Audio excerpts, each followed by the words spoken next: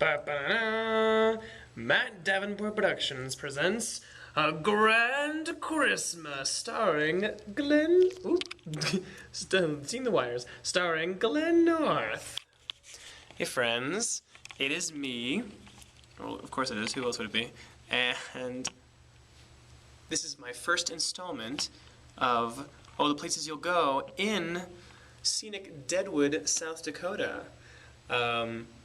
I need to come up with a snappier name, like Alive in Deadwood or something like that. Living in Deadwood, I don't know.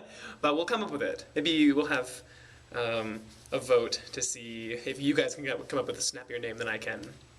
So anyway, for those of you who don't know, I have been cast in A Grand Christmas, which is a Christmas show, aptly named, of course, and done by Matt Davenport Productions, which also does a bunch of tours and stuff.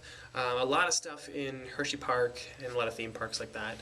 I got the job through SETCs, and that story will come a little bit later in the video.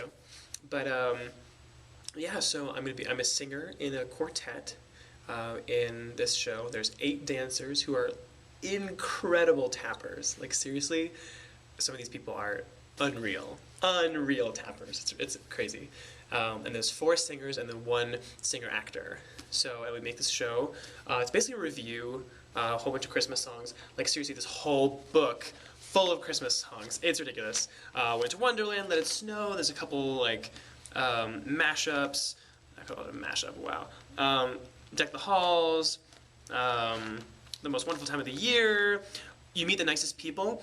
That's actually like it was an old TV show.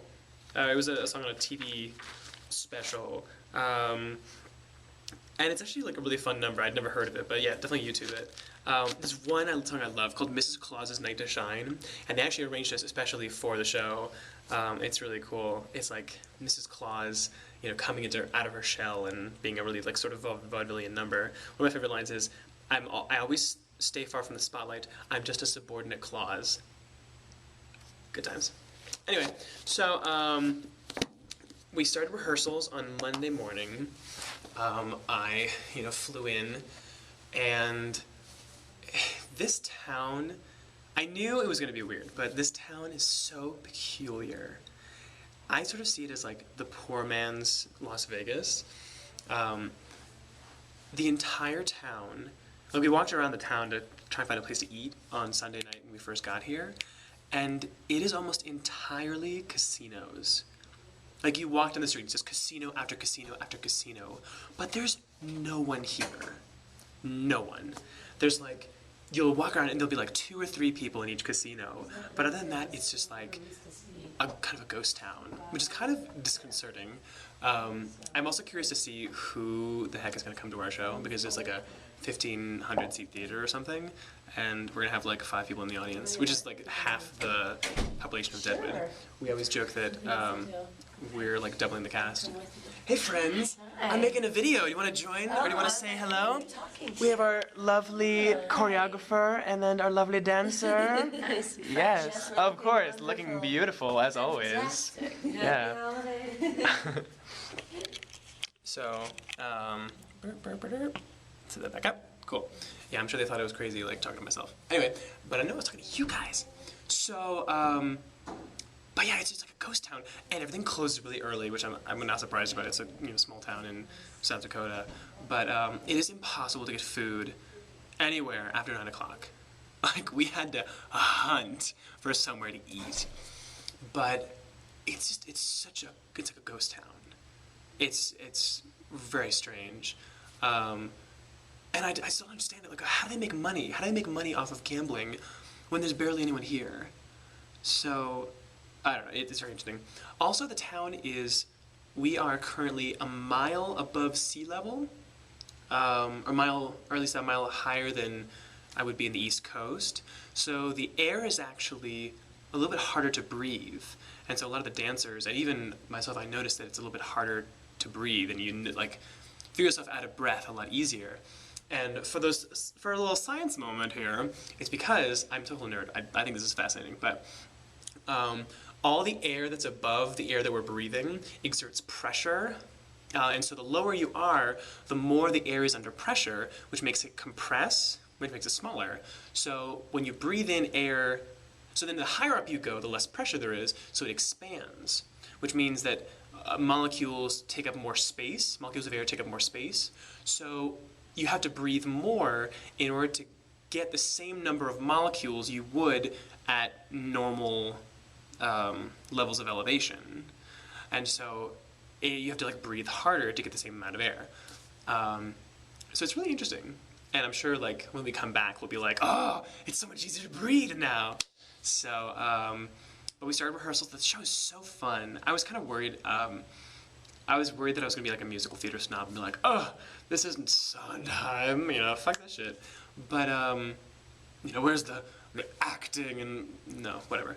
But it's really fun. Clearly it's not, an intense acting piece, but who said it would be? And, it has its place. It's a Christmas show, but it's really fun. The arrangements are really cool. There's some really close harmonies, which are really hard. Like, oh God, the arranger hates us.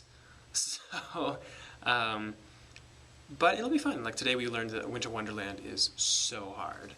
It's like, my part of the arrangement of the quartet just doesn't make any sense out of context. It sounds terrible. But when it's in the chord, it sounds awesome.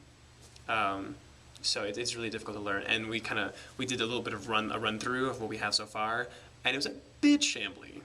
But granted, we've only been rehearsing for 3 days. But yeah, there's that. It's funny because most of the cast have worked together before. A lot of them were in a show called Tap at Hershey Park. So most of them have worked together, or a lot of them have worked in Matt Davenport Productions in the past, so they all sort of know each other through that. I'm the only person who has never worked for Matt Davenport Productions before. There's another guy, my roommate, actually, Hanson, has worked for Matt Davenport before, but never with anybody else, so we're like the two new guys in the group. But yeah, it's fun. The cast is really good. Like, the dancers are incredible. It's unreal. By the end of this experience, they're going to teach me how to tap. I'm really excited. So, yeah, we're just trying to figure out, at this point, what we're going to do once the show opens. Because once it opens, we have Monday through Wednesday off, and then Thursday through Saturday, our days are free. So we're like, well, what the fuck are we going to do in South Dakota? So we're going to, make a skiing trip, we're going to try to see some movies, we're going to try and do some workshops. So, dancers will teach a dance workshop. I want to teach, an acting workshop.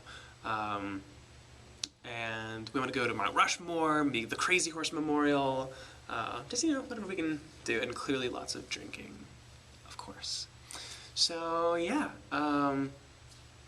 it's fun. I'm excited. I was really nervous at first, but I think it's going to be fun. Oh, little fact, everyone on the plane coming into Deadwood, or into Rapid City, was wearing camo. I was literally the only person that was not wearing some form of camo. And so I was like, I stayed out a little bit. And then here come the girls, and their suitcases are pink polka dots or cheetah print. And I'm like, which one of these is not like the other one? We stand out like sore thumbs. And it'll be funny, we'll be we get a shuttle to and from our hotel to the Deadwood Mountain Grand where we rehearse, and we'll blatantly just talk about South Dakota in front of the locals, and they don't say anything, but I'm like, guys, come on, show some respect. But yeah, they don't seem to mind, and we're not saying awful things. We're just we're not used to this. We're used to big cities. So, but I mean, it's great contract. All of our meals are provided for us. If I eat one more buffet though, I'm gonna explode. I'm not used to this. So that's interesting. But the food is so good, really good. And then housing provided. We get this little hotel, which again is also a ghost town. I really believe that the cast is the only one. We're the only ones that are actually here. So. Woo woo! Please notice the the cowboy print on the top. That's like everywhere. You can't escape it. This town is known for Calamity Jane and Wild Bill Hickok. So I'm sure we'll hear about their history. Perhaps I'll do another video on the history of that. So yeah, rehearsals are going well. I like the people we're working for. They just seem really nice. Like our director's really cool. Director / music director, Scott. He knows his shit. And they're really willing to like kind of see what our input is, and we get a lot of freedom with a lot of riffs and a little couple solos and stuff. Honestly, sometimes I feel like the dancers are better singers than I am a dancer, and they are better dancers than I am a singer. So sometimes like I'm a little intimidated because I'm like, oh God, what am I doing here? But it's fun, and I think it's gonna come together, and we're gonna get it. So yeah, and we go. So now the story of how I got the show.